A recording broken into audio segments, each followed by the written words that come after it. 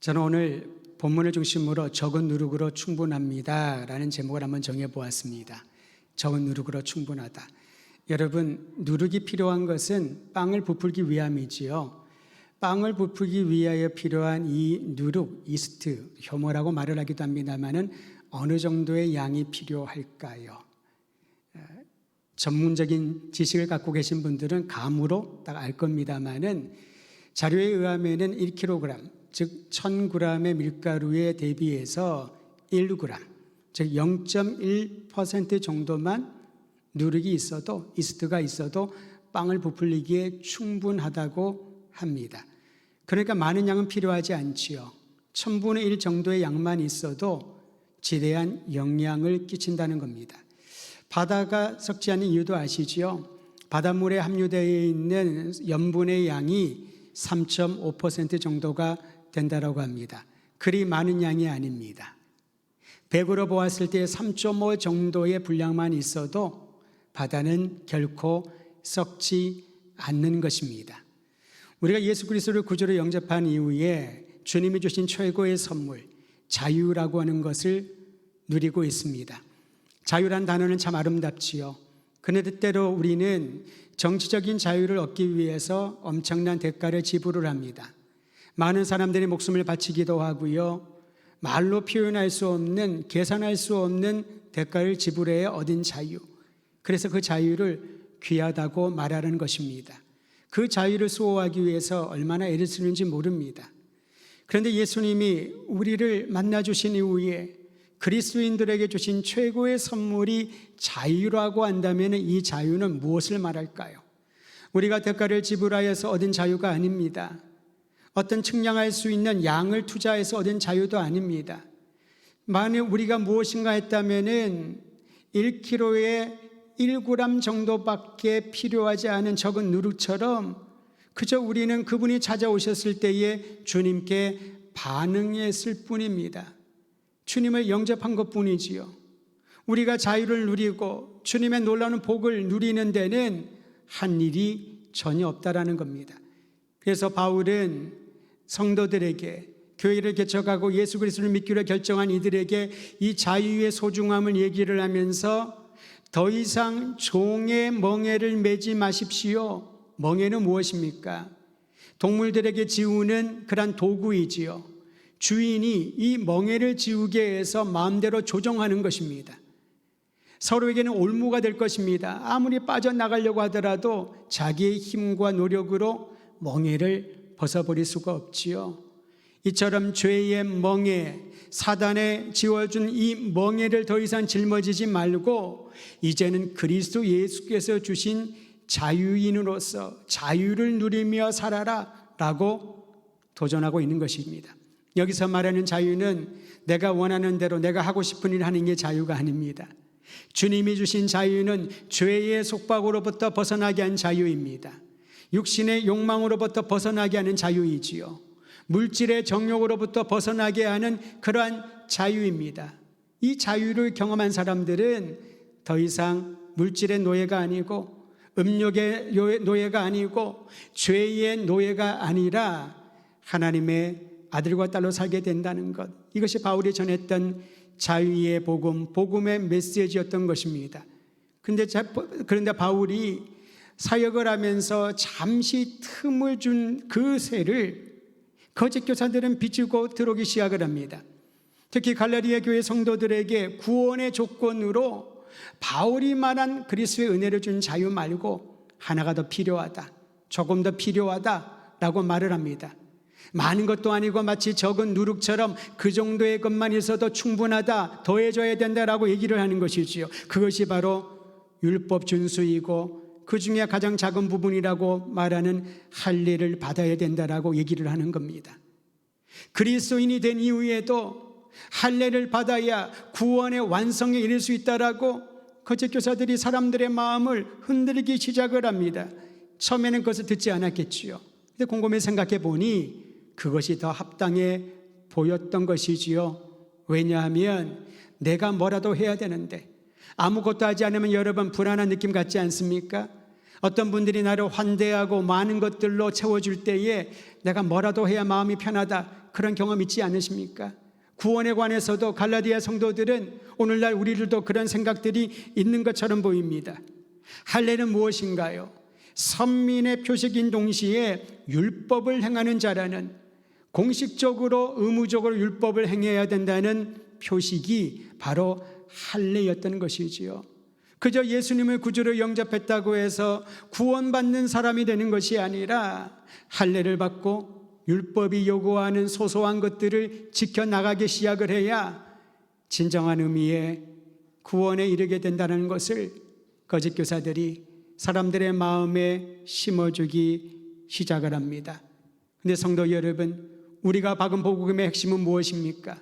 구원에 이르는 길은 어디에서 출발을 하나요? 오직 예수 그리스도의 은혜로 주신 선물인 줄 믿으시기를 바랍니다.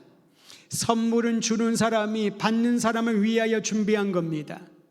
우리에게 가장 필요한 영생의 구원의 선물을 하나님께서 친히 준비하시고 예수 그리스도를 통하여 우리에게 거저 주신 거지요. 거저 주셨다는 것은 두 가지 의미가 있습니다. 돈을 받을 필요가 없어서 거저 주는 것도 있지만은 돈을 받기에는 너무나도 고귀하고 값비싼 것이기 때문에 거저 주는 경우들이 있습니다. 제가 오래전에 한번 이 예를 들은 적이 있습니다만은 서울에서 사역을 할 때 제가 찬양 사역을 했었잖아요. 한 형제가 밤중에 저에게 전화를 와서 목사님 꼭 뵙고 싶은데 사택으로 가도 괜찮을까요? 그 늦은 시간에 저에게 전화를 한다는 것이 좀 의아하기도 하고 굉장히 중요한 일인가 보다 밤 10시가 가까이 와서 저희 사택에 왔습니다. 근데 그 형제가 그냥 온 것이 아니라 뭘 들고 왔는데요, 기타 케이스를 갖고 왔습니다. 그래서 설명을 합니다. 목사님과 함께 동력을 하면서 신앙훈련을 받으면서 자기 마음 가운데, 이분도 찬양팀의 한 명이었거든요, 자기가 아는 한 장인이 있는데 기타 장인이랍니다. 그분에게서 그분이 만든 세상에 하나밖에 없는 기타를 목사님에게 선물로 해주고 싶은데 본인이 직장을 갖고 있지만은 그 정도의 돈을 지불할 그런 능력이 안 돼서 고민하다가 어렵게 그분에게 얘기를 했다는 것입니다. 제가 체형이 크지 않다 보니까 저에게 딱 맞는 사이즈의 수제 기타였습니다. 그리고 그분에게 물었답니다. 이것이 얼마 정도 될까요? 그 장인이 또다시 물어보겠죠. 무슨 일 때문에 그러는가? 당신은 기타도 가지고 있고 아직도 아직 이 정도의 기타를 필요로 하지 않을 텐데 왜 그러냐 물어봤더니 자초지종을 얘기했다고 합니다. 제가 존경하고 사랑하는 목사님이 계시는데 그분에게 이 기타를 선물로 드리고 싶은데 가격을 제가 알 수 없어서 알려주시면은 제가 적금을 하든지 시간을 가지고 준비를 하려고 합니다 라고 했더니 장인이 그 형제에게 이렇게 답변했다고 합니다. 내가 당신을 꽤 오랜 시간 동안 알고 있었는데 당신이 지불할 만한 그러한 기타가 아니라고. 만약에 내가 돈을 부른다면, 가격을 부른다면은 그 가격이 이 기타의 가격이라고. 자기가 맞는 유일한 하나니까 값으로 매길 수가 없어서 당신은 이 기타를 살 수 없을 거라고 그렇게 얘기했다고 합니다. 형제가 조금은 실망을 했나 봅니다. 거기에서 연주를 하고 함께 교제를 하면서 본인의 마음에 딱 찜해 두었던 기타였는데 그것을 자신에게 팔 수가 없다라고, 가격을 말해줄 수 없다라고 얘기를 하니 얼마나 실망이 됐을까요?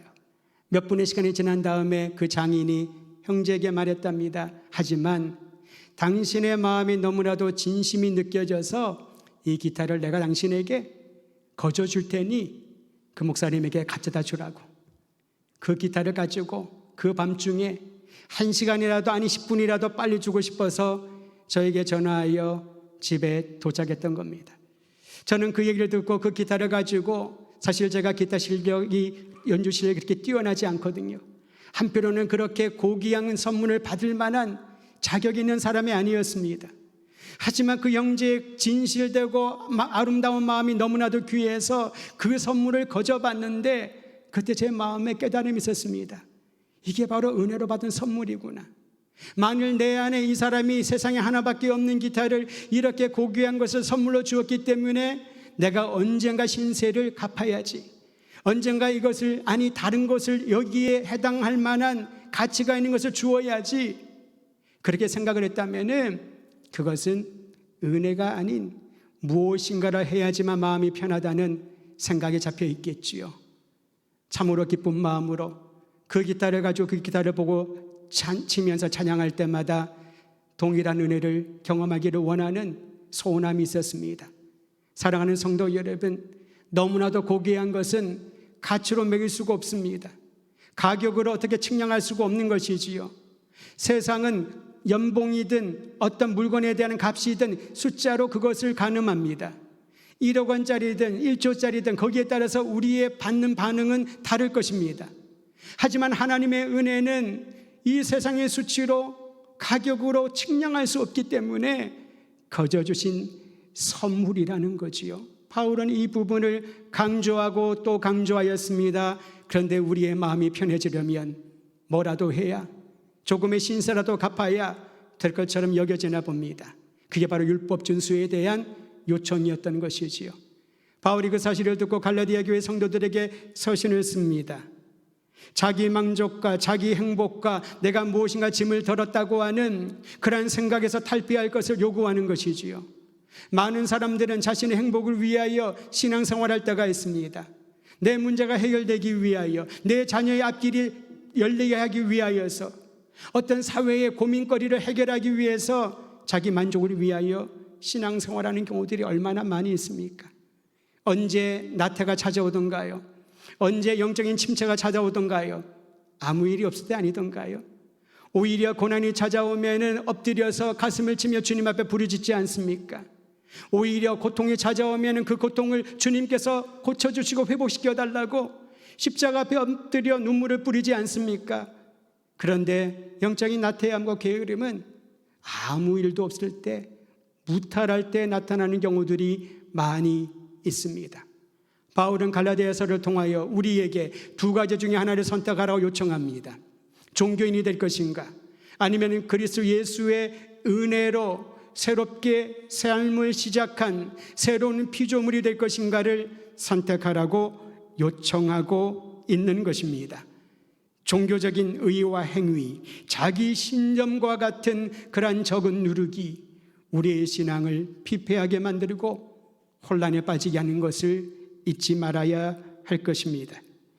미국의 노스캐롤라이나 주의 서밋 교회라고 하는 곳이 있는데, 거기에서 사역하시는 J.D. 그리어 목사가 매우 단순하지만은 분명한 메시지를 우리에게 던졌습니다.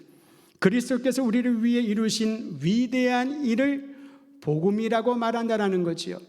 예수님이 우리 모두를 위하여 행한 일을 기쁜 소식, 복음이라고 말하는데, 이어서 그는 이렇게 말했습니다. 종교는 당신에게 가서 변화라라고 요청하지만 복음은 그 자리에서 당신을 변화시킵니다. 종교는 우리에게 이것은 해야 되고 저것은 해서는 안 된다라고 말합니다. 신실한 종교인이 되기 위하여서는 이러한 것들을 마땅히 해야 된다라고 요구합니다. 하지 않는 이들은 눈 밖에 내버려 두죠. 하지만 복음은 그렇지 않습니다. 복음이 나타나는 그곳에서 나를 변화시키고 공동체를 변화시킨다는 겁니다. 이 복음이신 예수 그리스도가 바로 우리의 주님이신 줄 믿고 복음의 능력을 자랑하는 우리 모든 성도들이 되기를 주의 이름으로 축원드립니다. 비록 단순해 보이지만은 복음이 한 사람의 인생을 변화시키고 사회 공동체에 거룩한 영향력을 끼치게 되는 것입니다.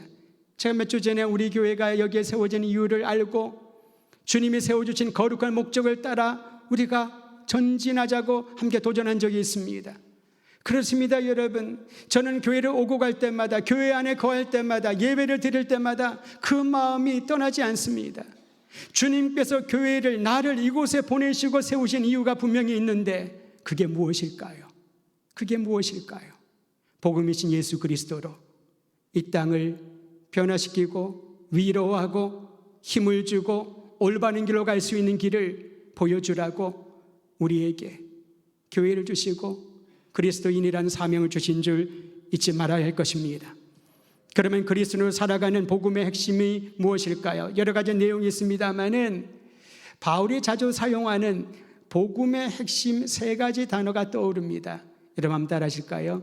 믿음, 소망, 사랑.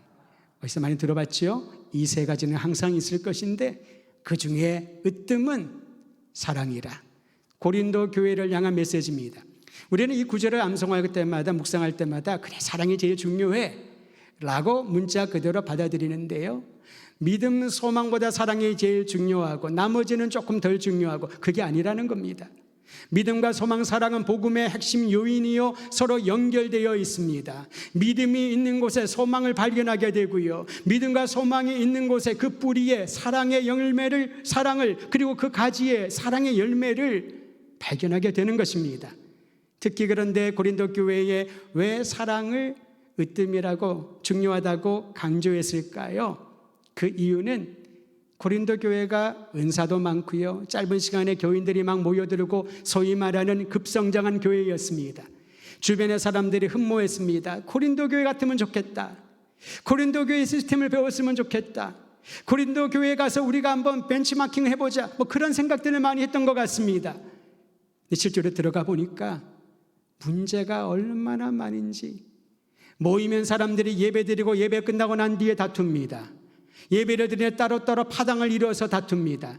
어떤 주제에 대해서 자기 생각과 자기 경험이 얼마나 강한지 침을 튀기면서 논쟁하고 아예 갈라져 있는, 겉으로는 수많은 사람들이 모여 있지만은 내부적으로는 아무것도 없는, 바로 그곳에 바울이 강조했던 것은 사랑이었던 것이지요. 사랑이 없으면은 성령의 은사들도 의미가 없고, 사랑이 없으면은 사람들이 많이 모이는 것도 의미가 없고, 사랑이 없으면은 아무것도 아닙니다. 그래서 사랑에 대하여 강조를 했던 것입니다. 그렇다고 믿음이나 소망을 부차적인 것으로 여기지는 않았다는 겁니다. 반면에 갈라디아 교회에서 바울이 강조했던 것은 믿음과 소망, 사랑 세 가지입니다만 그 중에 믿음에 조금 더 무게중심을 두게 합니다. 왜 여기 믿음이 중요했을까요?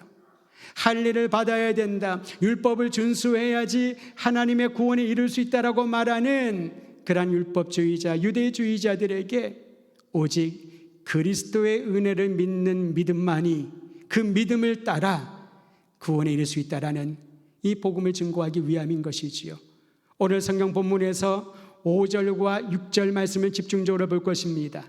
이 두 절에서 우리는 그리스도인이 어디에 마음을 가지고 살아야 되는지를 배우게 됩니다. 첫 번째는 갈라디아서 5장 5절 말씀 같이 한번 읽도록 하지요. 시작. 우리가 성령으로 믿음을 따라 의의 소망을 기다리로니. 그리스도인은 어떤 사람인가요? 어떤 삶을 사는 이들인가요?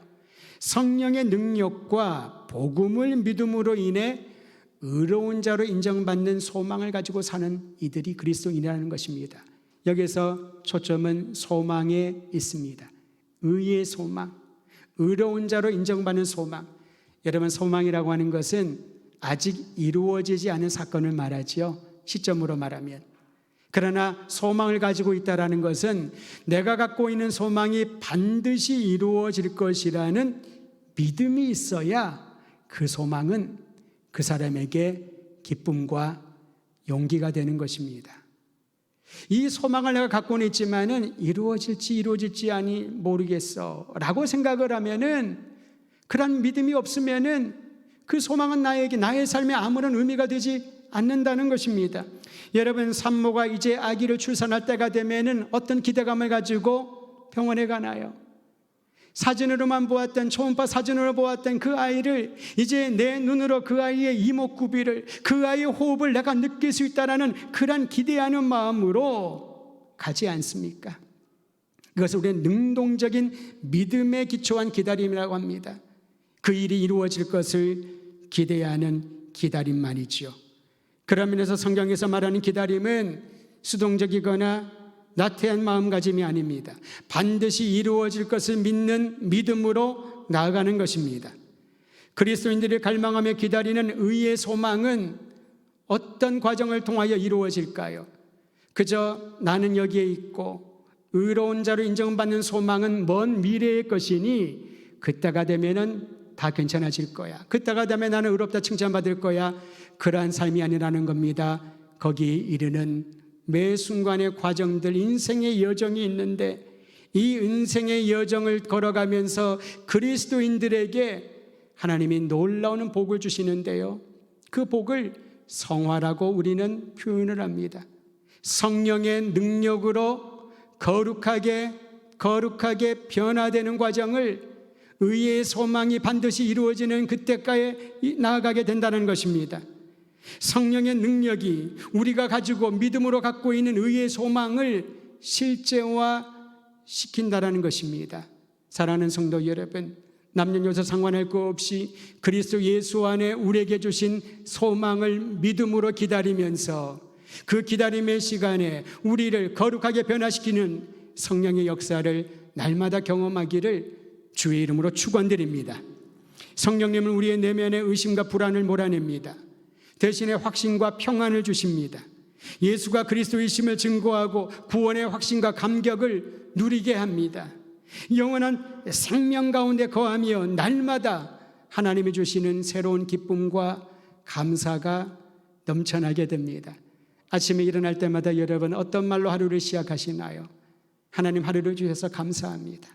음식을 드시기 전에 어떤 마음으로 기도하나요? 나에게 일용할 양식을 주셔서 감사합니다. 길거리로 나가면서 어떤 일로 감사합니까? 나에게 걸을 수 있는 힘과 갈 곳을 보여주셔서 감사합니다. 여러분, 우리는 이러한 새로운 일에 대한 감사의 기도가 삶을 채워지기를 바랍니다. 반대로 때로는 우리가 감사하지 못할 그러한 환경에 처할 때도 있습니다.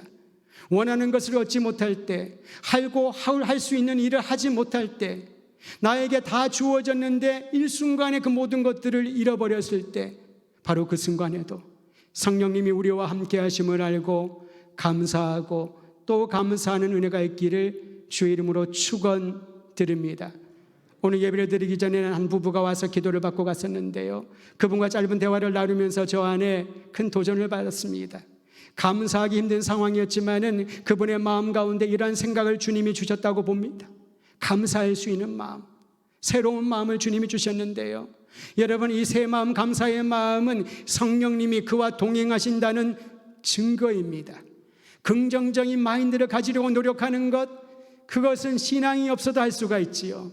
그러나 신앙이 있다는 것은, 그리스도인이라고 하는 것은 내 안에 전에는 내가 가져보지 못했던, 전에는 내가 생각하지 못했던 생각과 마음을 갖게 되는 것입니다. 이게 바로 성령의 능력으로 의의 소망에 이르기까지 우리를 변화시키는 하나님의 은총인 줄 믿으시기를 바랍니다. 이 구절을 유진 피터슨이라는 분이 번역한 메시지 바이블은 다음과 같이 번역을 했습니다. 성령님과 만족스러운 사귐을 애타게 기다리고 있다. 조금 다른 느낌이지 않습니까? 성령의 능력으로 내가 거룩하게 변화되고 있는 과정이다. 이 말을 어떻게 말했냐면은 성령님과 만족스러운 사귐을 내가 애타게 기다리고 있다. 여러분, 주님 오심을 기다리며 신앙생활하고 나갈 때 무엇을 소망하고 있나요? 어떤 일들이 여러분의 기도 제목의 넘버원입니까? 저는 오늘 이 기도 제목이 순위가 여러분의 기도의 제목 리스트에 가장 위에 올라가기를 바랍니다. 매일매일마다 성령님과 만족스러운 사귐을 하기를 원합니다. 제가 애타게 기다립니다. 근데 여러분, 이것은 막연한 기다림이 아니라 확실히 이루어질 것을 믿는 믿음으로 기다린다는 것이지요. 제가 예배 말미에 축도를 할 때 성삼위 하나님의 이름으로 축도를 하면서 성령의 교제와라고 하는 말을 씁니다. 예전에는 교통하심이라고 했는데 이 교통이라는 것이 조금 적합한 번역이 아니라서 교제하심이라고 번역을 했습니다. 성령님의 교제가 우리 가운데 있다는 것.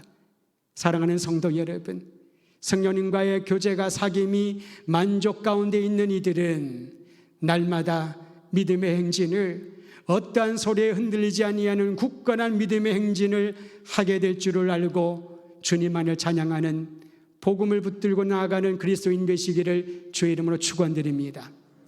두 번째로, 그리스도인이 복음이신 예수 그리스도를 믿는 그리스도인들이 어떻게 살아야 될지를 6절은 다음과 같이 말해주고 있습니다.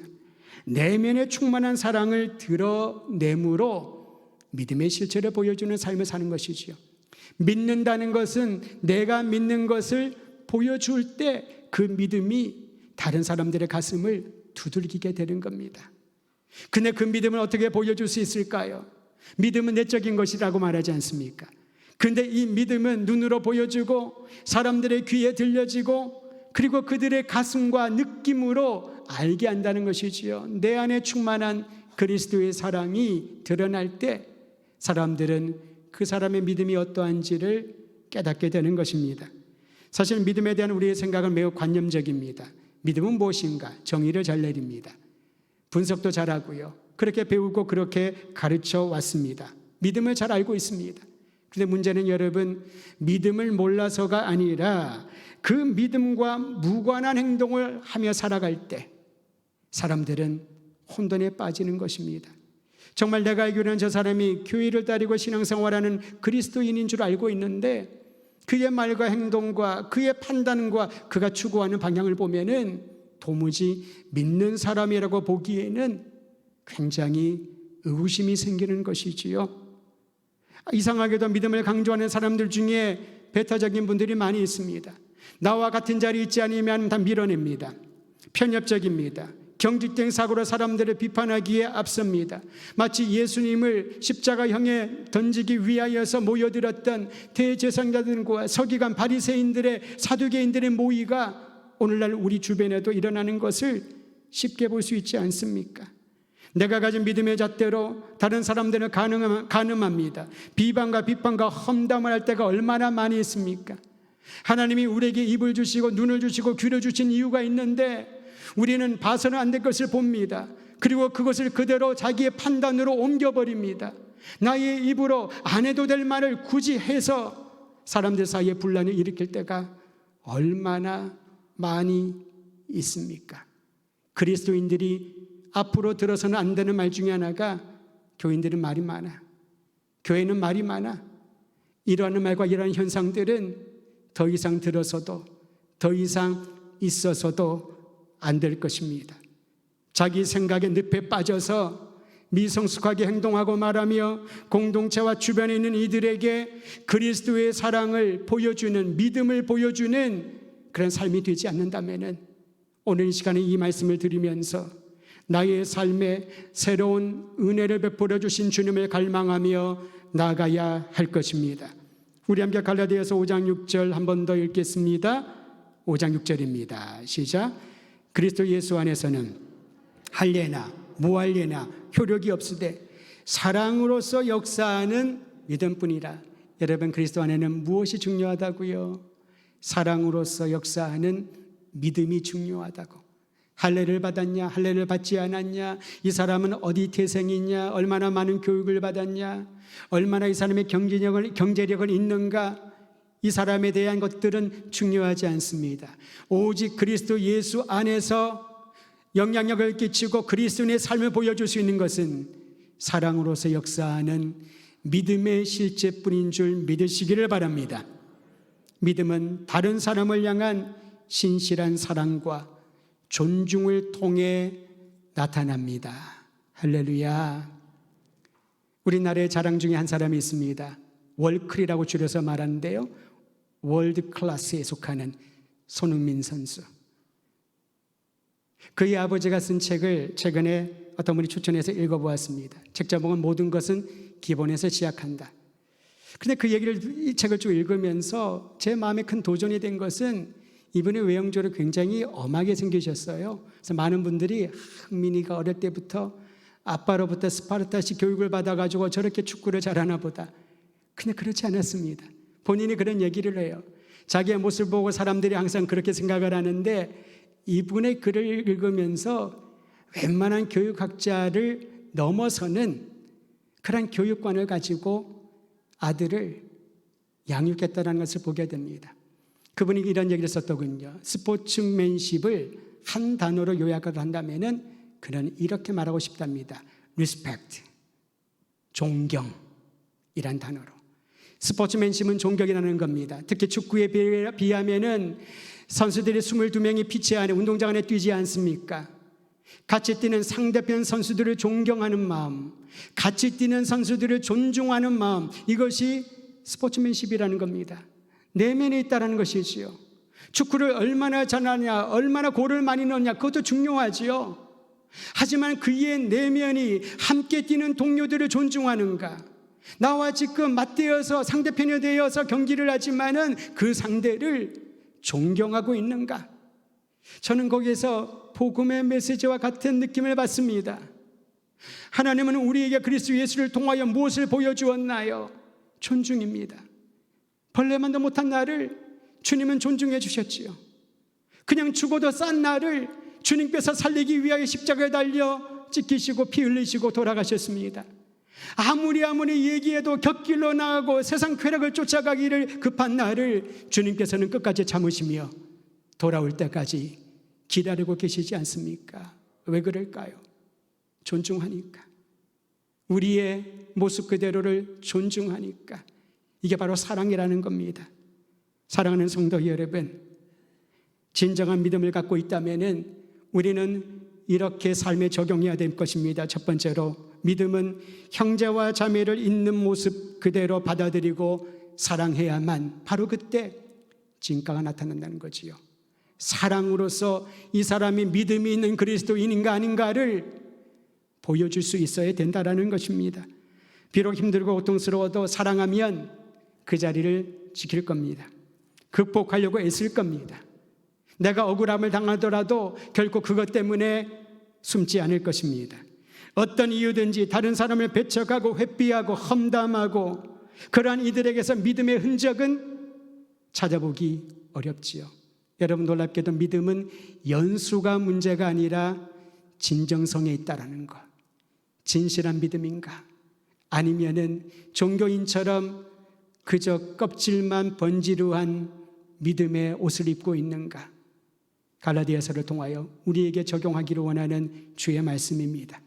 바울은 로마에 있는 이들에게 이렇게 전했었지요. 남을 사랑하는 자가 율법을 다 이루었다고.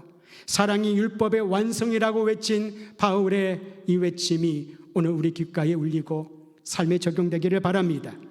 두 번째 적용할 부분은 사랑받고 누군가를 계속 사랑하는 과정을 통하여 믿음은 더욱 자라나게 된다는 겁니다. 믿음은 놀랍습니다. 그저 정체되어 있는 어떤 개념이나 마치 화석처럼 딱 기념비처럼 서 있는 것이 아닙니다. 믿음은 날마다 자라난다는 거지요. 성장한다고 말합니다. 사랑하는 성도 여러분, 기대가 되지 않습니까? 나의 육신의 성장점은 멈췄지만은 믿음의 성장점은 지금도 살아서 주님 배 없는 그날까지 날마다 자라난다고 하니 얼마나 기쁘고 감격스러운지요. 이틀 전에 라디오를 듣다가 여러분도 잘 아시는 김형석 연세대 명예교수님이 대담하는 그러한 얘기를 들었습니다. 중간에 들었기 때문에 그 내용을 다 듣고 싶어서 다시 찾아봐서 그 대담 내용을 스크립했습니다. 이분이 올해 103세가 되시는데요, 100세가 되셨을 때 쓴 책을 제가 본 적이 있습니다. 100년을 살아보니. 책 제목이 그랬던 것 같아요. 103세가 되셨습니다. 이분이 이런저런 얘기를 하는데 그중에 제가 여러분에게 소개하고 싶은 부분이 있습니다. 늙음에 대한 얘기를 하면서 몸이 늙을 수 있지만은 놀라운 얘기를 합니다. 마음은 정서적으로는 늙지 않는다고. 그래서 이분이 95세가 됐을 때 그러한 생각이 들었답니다. 정서가 몸을 업고 간다고. 몸이 늙은 것을 우리가 막을 수가 없지요. 근데 그의 마음은 늙지 않기 위하여 노력하고 애쓰고 있다는 겁니다. 그분의 말의 한 부분을 인용해서 소개합니다. 정서적으로 늙지 않으려면 계속 공부하고 독서하며 성장해야 된다. 여러분, 성경 통독을 보면은 우리 은퇴하신 권사님들, 장로님들이 성경 통독을 많이 하시거든요. 어떤 분들은 한 달에 1독 하는 분도 있습니다. 저는 이 얘기를 들으면서 이래서 이분들이 늙지 않으시겠구나. 계속 성장한다는 겁니다. 계속 공부하고 독서하고 성장해야 된다. 그 다음이 중요합니다. 사회적 관심을 가지는 사람은 정서적으로 쇠약해지지 않는다. 남이 어떻게 되든지 나만 행복하면 된다는 그런 생각을 가지고 주변의 이웃들에게 사회적 관심을 아예 끊어버리면 그 사람은 쇠약해질 것이다. 무엇을 말하고 있나요? 우리의 관심이, 우리의 마음이 넓어지고 자라나기 시작을 하면은 자기의 행복, 자신에게 있는 감정들에 관심을 두지 않고 오히려 다른 사람들에게 눈을 돌리게 된다는 겁니다. 사회적 관심을 갖게 된다는 겁니다. 비록 내가 젊을 때보다 할 수 있는 일이 제한은 되지만은, 갈 수 있는 곳이 제약은 받지만은, 그러나 기도하면서 하나님께서 행하시는 위대한 일을, 성령의 역사를 기대함으로 자신의 마음은 더욱더 강해지고 건강해지는 것. 저는 그분의 대담에서 그러한 도전을 받습니다.